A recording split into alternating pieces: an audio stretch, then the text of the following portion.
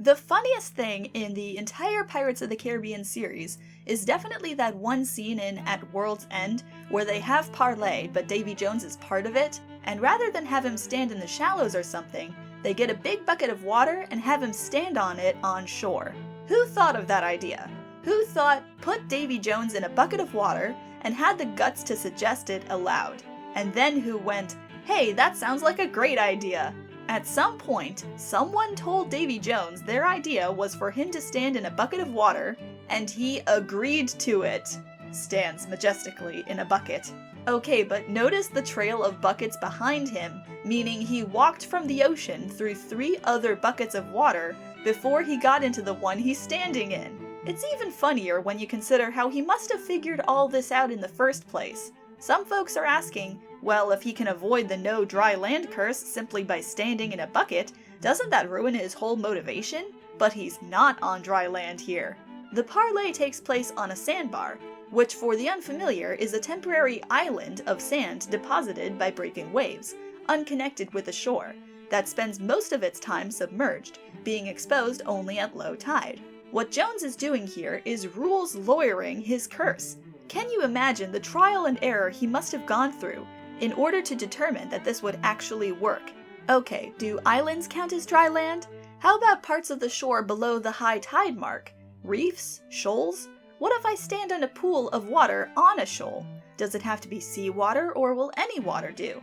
Does it have to be a natural tide pool, or can it be something artificial, like a bucket? What I am saying is that there must have been a process. Pretty sure that this implies that the reverse, a bucket of sand floating on the water, big bucket with just a bit of sand, would qualify as dry land. That's absurd, so I'm pretty sure that his lawyer pulled a fast one over the curse governor. It may be absurd, but the text of the film bears it out. Davy Jones can sense the presence of his heart while it's at sea, but not while it's on land. Indeed, that's why he buried it on land in the first place, to break his connection with it. Yet placing the heart in a simple jar of dirt conceals it from Jones's awareness just as surely as burial on land does, even if the jar is on a boat at the time. Suitably prepared vessels filled with dirt absolutely count as dry land for the purpose of Jones's curse. Then the reverse should also be true. If he buried it in a jar of water, no matter how far inland it is, he would be able to sense it. So by this logic, any container of seawater counts as not dry land, ergo the bucket is a perfectly viable loophole. Not necessarily. It's traditionally a lot easier to accidentally get whammied by a curse than it is to weasel around it. I figure that's why he's using multiple layers of indirection here. He's forbidden to set foot on dry land, but it's technically not dry land. It's a sandbar, a non-permanent landform exposed only at low tide. And he technically didn't set foot on it. He's standing in a bucket of water.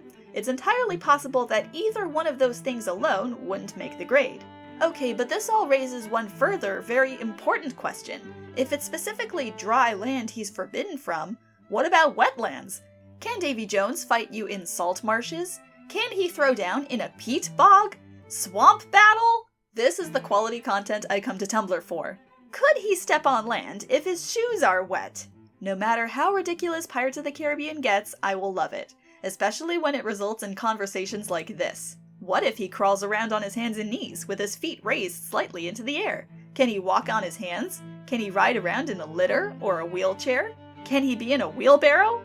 What if he flies over dry land, like in a hot air balloon, or in the claws of a giant bird? What if he's carried by 2 swallows using a strand of creeper?